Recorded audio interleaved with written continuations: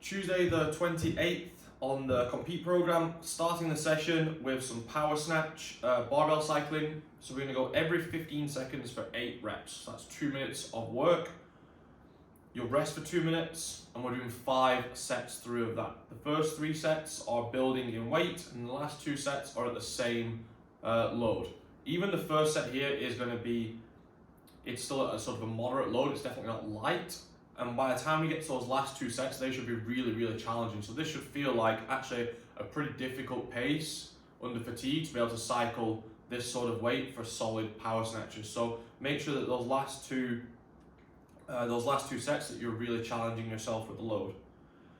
You'll move on to an optional gymnastic piece, and that is just either 8 sets of 2 weighted strict pull-ups, so trying to go really heavy on some strict pull-ups, or if you're not there to add extra load, then you're going to focus on a 3 to 5 second negative on each rep, just to work that eccentric phase a little bit more. The chipper today is quite a fun one. We've not really done a chipper like this, like down and back chipper, for a little while.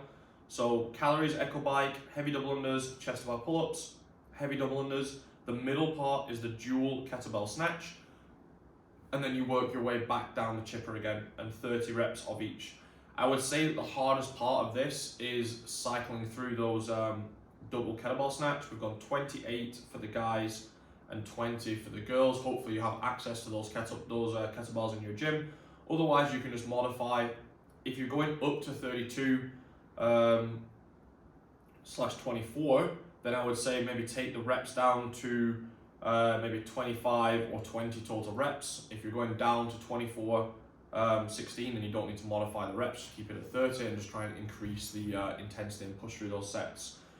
With the dual kettlebell snatch, a couple of ways to do it. So you can either go, once you've got to the overhead position, you can either kind of swing them directly back down between your legs. That is the faster way to cycle the reps, but it definitely puts a lot of pressure on the grip in the bottom position, and you will need your grip obviously for the other movements. The other way to do it is, once you've locked out overhead, you bring the kettlebells down to your shoulders and then swing them between your legs. So it slows down the cycle rate, so you're not going to be moving as fast per rep, but it definitely takes some of the pressure away from your grip, which could be really beneficial to practice that technique, especially with the heavy double unders and the chest to bar pull-ups coming up after those reps. Finishing the session with just some core accessory work today.